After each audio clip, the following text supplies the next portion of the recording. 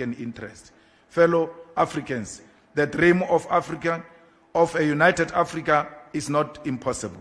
It is possible to establish a common African currency in the future. It is possible to build integrated rail and transport system from Cape to Cairo.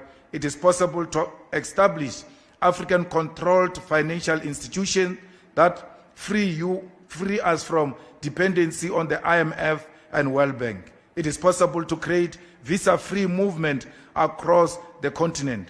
It is possible to create universities that lead the world into science and medicine. It is possible to create a borderless Africa like Africa was before the Berlin Conference. What is required is political courage, and the EFF remains committed to the total liberation of Africa, not only from neo-colonial rule, but from economic exploitation, inequality, corruption, tribalism, and dependency.